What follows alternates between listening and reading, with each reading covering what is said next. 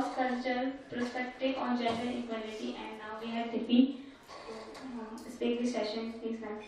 It was wonderful speaking in front of you today and earlier on 12th and 13th. Today I'm going to speak about cross-cultural perspectives on gender inequality, not equality, inequality.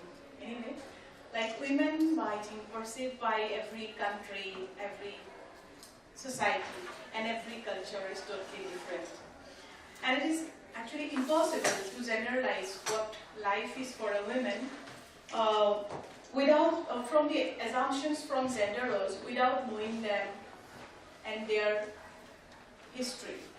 Actually, a nation's history, their tradition, and its religious beliefs have shaped up the gender graph for the country.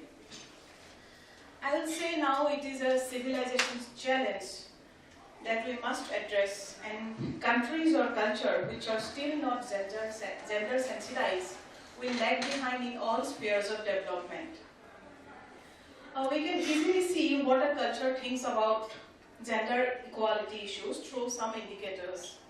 So, first is education. Is education available for all?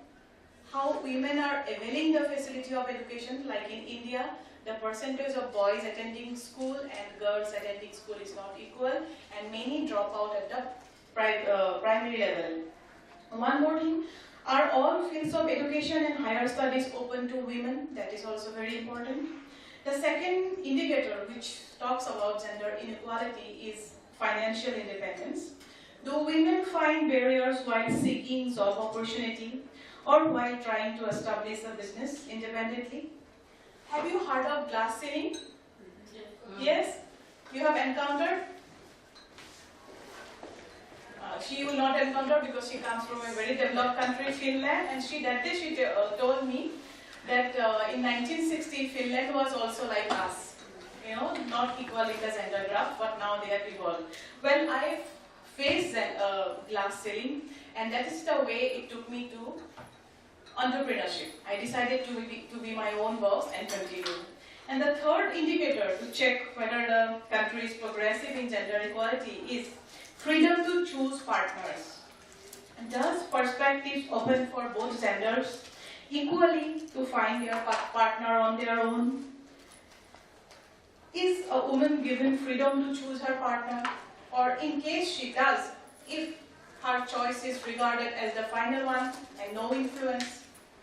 The fourth is maternity versus paternity. Most countries do not have an idea about what paternity is, except it means that except than fathering a child.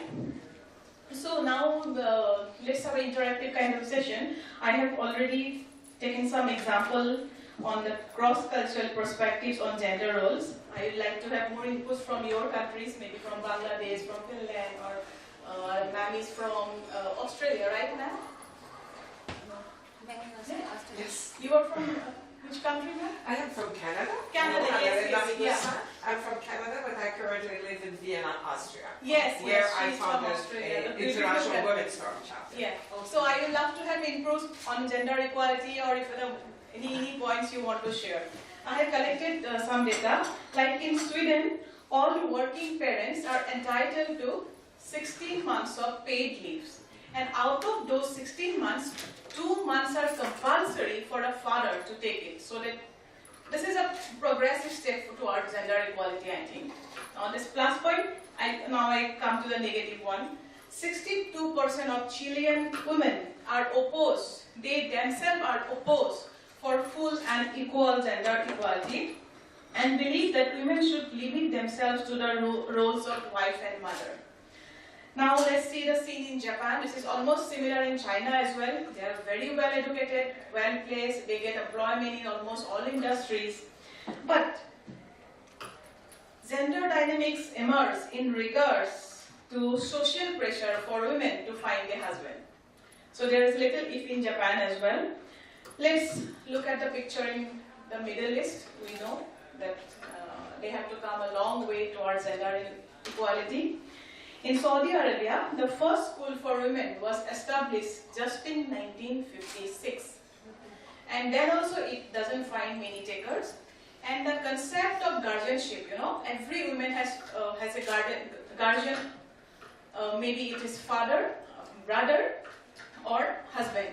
This concept of guardianship have eliminated many resources and materials that a woman cannot access for educational purposes. Also, very interestingly, Saudi Arabia has held its first general election only in 2005, and women, who constitute about 50% of the population, were kept out of it. They do not have the voting rights. Now, India is a mixed picture. Women represent about 30% of our labor forces, mostly employed in the agri section. But income from women in totality contributes only 17% to our GDP. This is very less, to about 30% of global average. The crime rate in India against women is 54%, very high. And in Delhi, this city, our capital city, is also the crime capital. In India, the crime rate against, in Delhi, 92% of women of this city reported having experienced sexual or physical violence in public space. I think this is the outcome of the thought emerging from the mindset that women are objects and also weaker in strength and voice. But India is trying to meet the gender equality and making India gender sensitized is government's priority as well. But the economic impact of achieving gender equality in India is estimated to about US $700 billion to added GDP in 2025. So that means we have to come a long way. This is a mixed data, but believe me, given opportunities, Indian women can actually do very well. Despite lower percentage attending schools, we have girls topping 10th and 12th board exam in all our 30 states in the country and in national levels. And also in our technical universities, the women are topping the university, and in our national civil services exams since 2013, 3 consecutive years, women have topped the civil service examination. I think this is very encouraging. And we know that gender inequality prevails, and from all the examples we can see that gender inequality prevails. And to eradicate it completely, our mindsets, rather than the mindsets of the males, need to be changed. The policymakers should give genuine thought to address this problem. And also, the justice system should also try to deliver the long-awaited equality to women. With this hope, and I believe the WEF is such a forum, it is creating a synergy. So let's take this energy positively towards our native lands and work for gender equality. And probably next time when we meet, we have improved data. Thank you very much for giving me a patient hearing, and I would really love to have inputs if you have any important notes from your country to give on gender equality. Thank you.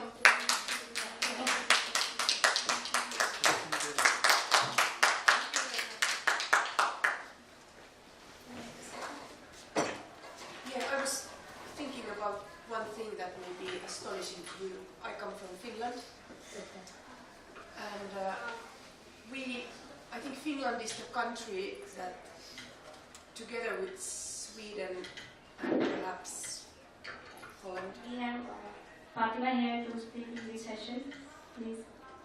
She was telling some input After session, you Okay.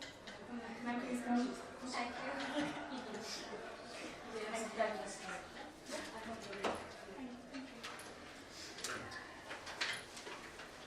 Hello, good afternoon. I definitely want to hear from you after this. Sorry for that, I think they have to manage the timing.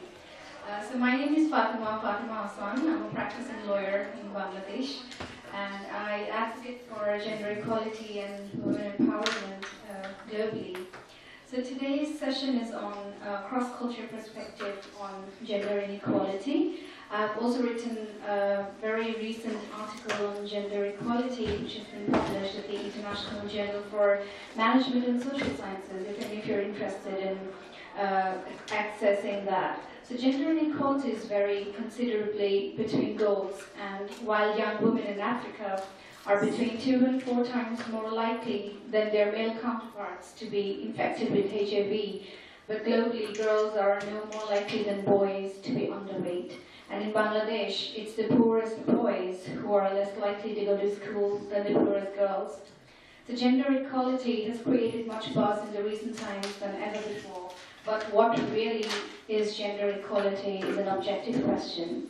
So I would like to ask a few questions in this room. So how many of you really think gender equality is having same rights for both men and women? Like, show up hands maybe? Having the same rights for both. Men and women, yeah. You said equal.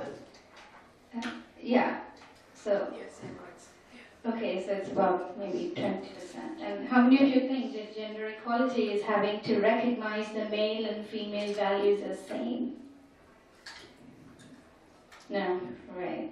And how many of you think that gender equality is having same pay scale for both male and female? Okay, so we have like 50% there. So typically when talking about gender equality, most of the researchers, scholars, activists, they are more concerned with giving women more rights than men. And the issue is, are men superior than women? Yeah, so they're not. And this is like, we live in a very male-dominated society, and this is decelerating sustainable development and good governance. So the United Nations have always wanted to do as much as they can with the gender equality issues over the world, actually. And to have a sustainable and resilient community, there shall be strong institutional roles. And this is something I talk about very commonly, the importance of institutional roles, the role of the policymakers, institutions in getting gender equality. So here, as we are discussing a cross-culture perspective on gender inequality, I think most definitely culture plays a huge role in understanding gender equality. So this surely isn't a new topic. So it has been decades since the UN is having conferences supporting nations to come together and discuss gender inequality issues around the world and make policies around it. But how successful are we in achieving gender equality? And so that's definitely a big question mark there. So many of you would know the harsh realities that take place around us, which involve targeting women. So we all know about the oppressive regime in Afghanistan. The oppressive regime Afghanistan has with their women. They have denied education, healthcare, justice, freedom of expression, and maybe it's too generalizing, but yeah, maybe freedom to live for women. And we've also heard about Nepal, where a menstruating woman is considered to be impure. And it's a centuries-old ritual called chapati, prevalent in far and mid-western regions of Nepal. So during menstruation and childbirth, women are isolated to a cow shed, hut, barn, or cave because they're believed to be impure and their touch is said to be contaminated, resulting in doom for their families, neighbors, and even domestic animals.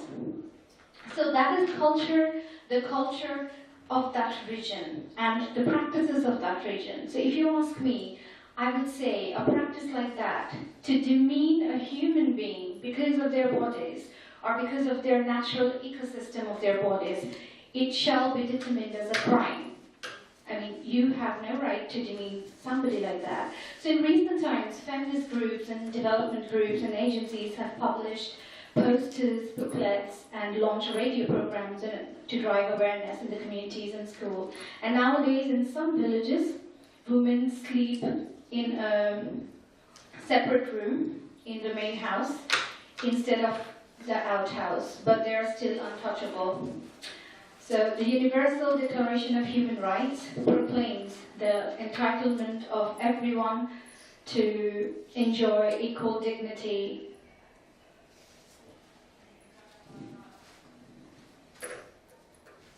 rights and freedom and fundamental freedom without distinction of any kind, including sex, religion, political or other opinion, national or social origin, birth or other statuses.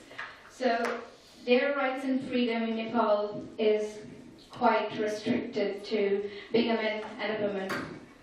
So although Nepal's revised constitution and the Gender Equality Act 2006 have strengthened these provisions in favor of women, but there is still a long way to go until Nepalese women receive the right honor they deserve. Are you getting the video? Yeah. Oh, okay, thank you.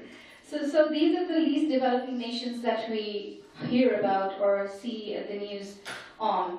And this is the practices of their culture. But how about the gender equality in the United States? So the United States is probably, we say the role model of the world, that they have everything perfect, they're rich, and they have a lot of resources.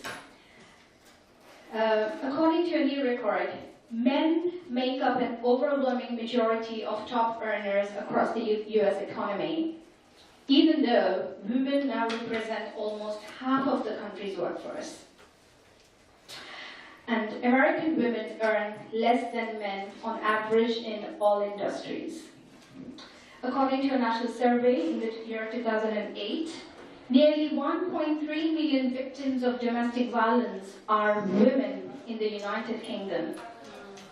So how do we actually define cultural perspective in gender inequality? It's just not in the developing nations or the least developing nations. It's everywhere. Maybe our equation is different, or maybe our culture is different, but there is surely inequality. So I think the best way forward is to learn from each other and to adapt institutional roles, as I was talking about before, and see how we can make a difference, and to repeat again institutional roles and policies. Really important and plays a huge role in overcoming gender inequalities in nations. So since the World Conference on Women in Mexico in 1975, which was a milestone in the battle for equality, Bangladesh has been at the forefront among the least developed countries in addressing gender disparities. So Bangladesh has the 8th lowest gender gap in political empowerment in the world. And that is partly because we have the female head of state, like the Prime Minister, for longer than any other country in the world. So our Prime Minister, Sheikh Hasina, has climbed almost at the top of the range to empower women in the country. And society is now moving away from the traditional view that women are an economic liability.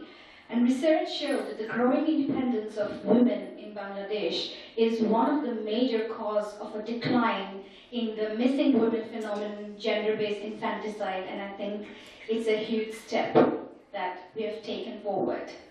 So in the economic sphere, women have played a vital role as well, as evidenced by the importance of the ready-made garment sector, while the share of men and women employed in manufacturing is roughly the same, but the vast majority of these garments workers are women, which is 80 to 85%.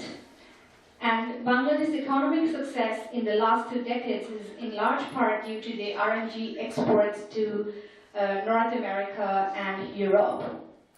So we have a female head of state, which is Sheikh Hasina. We have a female speaker of the parliament, Shirin Sharmin.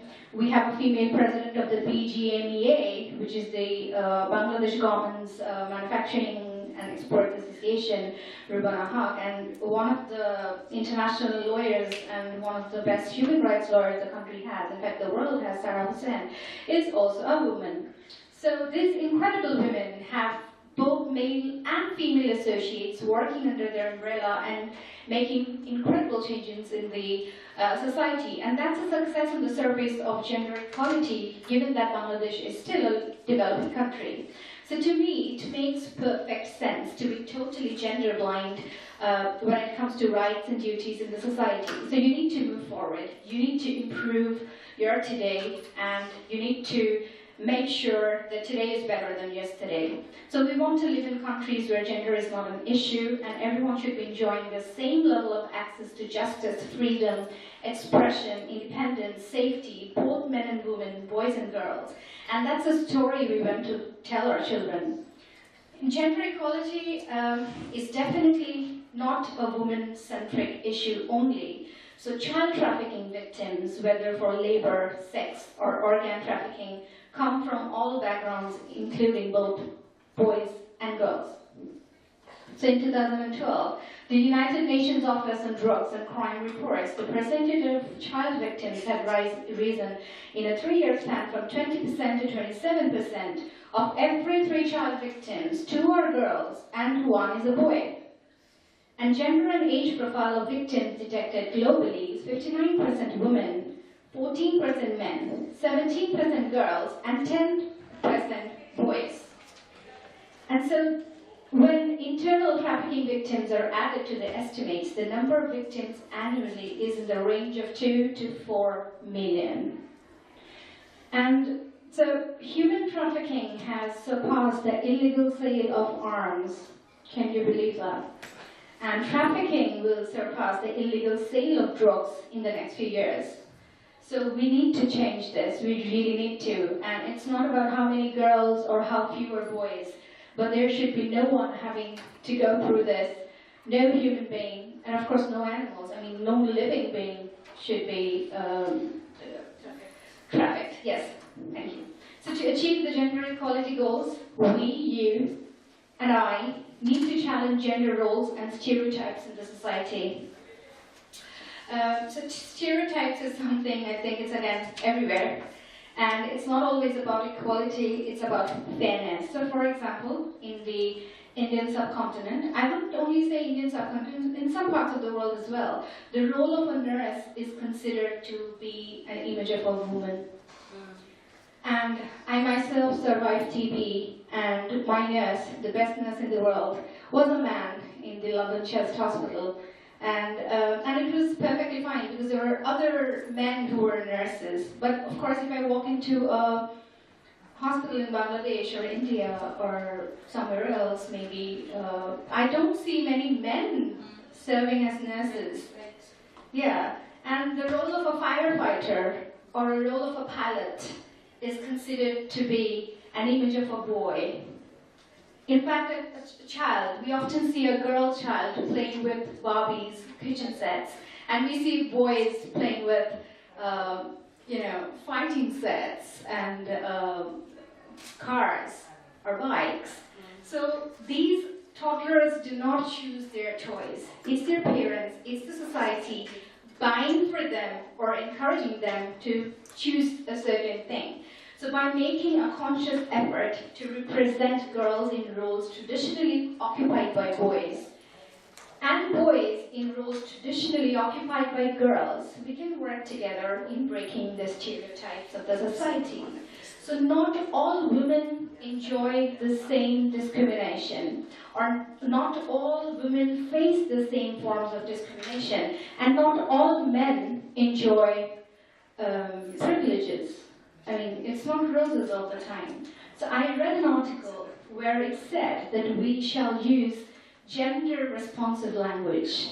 I found this quite nice, actually. So replace gender-generic nouns such as mankind, forefathers, and motherly with gender-neutral terms like humankind, ancestors, and nurturing. And my point is, we all shall embrace openness, and we shall just embrace the world around us as our own. And when it comes to gender-based issues, we definitely should encourage openness, and we shall change our mindset. So I've never been raised as a girl in my house.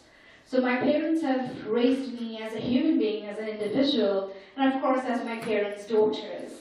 And I think that's the way it should be. And as I'm in the country of the great Mahatma Gandhi, so I would like to end my talk here by quoting one of my most favorite quotes of all time, which is, "Be the change that you wish to see in the world." Thank you, ladies and gentlemen.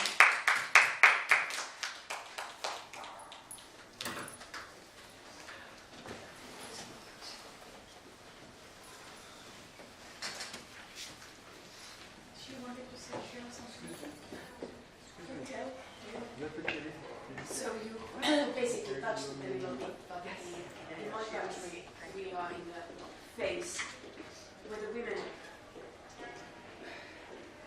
Well, in the positions in the big companies and so or in the list of the biggest paychecks, perhaps the men are still overrepresented. But in the schools, we really soon need to start to protect the boys because they are the school dropouts. They don't apply for higher education. The girls take all the places. The girls become lawyers, doctors, medical doctors. I mean, it's really turning quite upside down. And I have 3 sons that are all already adults. So I have been struggling with this, like protecting and you know, this feminism kind of. I believe in not in that kind of a feminism where women take over and women overrule. I believe in harmony. Yeah, I think it the was. feminine and the masculine should live in harmony, and a balance is possible.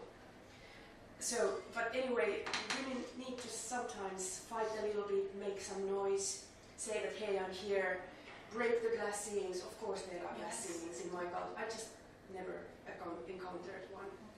But anyway, there are many people speak about them. So there is this division in me that protecting the women's rights, but then preserving and protecting also the boys, so that the good girls don't just throw them out from all the good positions and so it's a pendulum. It goes like from one end to another, and I hope in the end we will find harmony and balance. So in Finland, what is the percentage of women workers and men workers? I think we all work. We all work. We all work. And you mentioned Sweden, who allows 16 months of paid motherhood leave. We have around 12 months, so Sweden is even ahead. It's a very rich country, so they are even ahead. And the discussion in my country is that to really achieve the equality in workplaces, we need to divide by law these 12 months into 2. So 6 for the mother, probably first for the breastfeeding, and then the rest of the 6 for fathers. The employers, the companies who give jobs, they need to know that also the men take parenthood leave. So it becomes with the package, because now it may be that the young woman is not as attractive employment candidate because of she might get pregnant and take the 12 months. But if we would know that any young person might become a parent and take a 6 months leave, then it becomes like neutral. The decision in that point is neutral. And regarding the pay scale, do you have any difference? Like she told just now, there in certain countries there are difference in the pay scale regarding men and women. Suppose they are working in the same job. Suppose both are doctors in a government or somewhere, so the woman is getting, there's no difference. No differences whatsoever. Okay. But except for very often in practice, the women are more competent. Okay. Because women are more hard-working, they are more diligent, they are more ambitious. So this is one of the reasons that unfortunately young men are soon like thrown over, redundant. This is in one of our eastern state in Meghalaya. This is almost like a matriarch society. Yeah. So it is like the boys and the men are usually under the influence of drugs, and they are not the decision maker in finance and not in even the household. Even if you see in the evening, you see all the women around in Meghalaya. Okay, in the northeastern part, many states.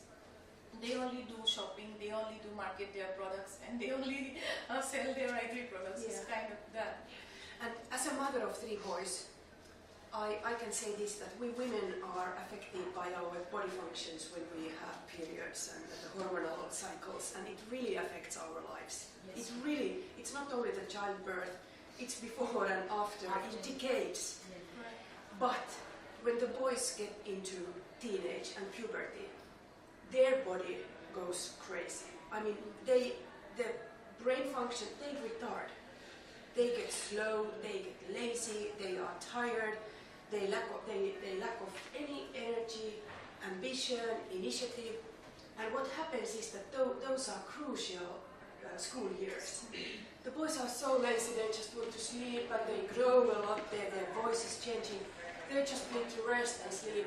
And the girls don't have this, so they sit at school, they get good grades, and they go further, and the boys drop. So there is a bodily function that affects also the men. But it's during the teenage The years. change of hormones have different effect on Yes. the boys and the girls. Yes. Some, And this is something boys we don't- also, some take it lightly, but some are not able to take it aggressive. They become aggressive, Yeah. but And not then very their behavior- enthusiastic to work. Yeah. And then their behavior gets like nasty, and people don't really like them. And Right, you know, we say be quiet, go away, and the girls just it can take 2 years. That's 3 what I years. told in my speech. If given an opportunity, Yeah. Indian women easily can, supersede the men. In schools, 10 and 12, the girls are topper. In different states also, and at center level also. And then in my country, if you allow one more, so of course the women take the most care of the childbirth. So there is pregnancy and childbirth and the breastfeeding. So the women are off work for 1 year perhaps. But the boys, they need to go to the army. We have an obligatory army. So it's like 1 year for every young man away from the workforce or from the production of the GDP, if you wish. So it's a complicated thing, but anyway. For interrupt, may I request you please come all for group picture. Oh, sorry for this. One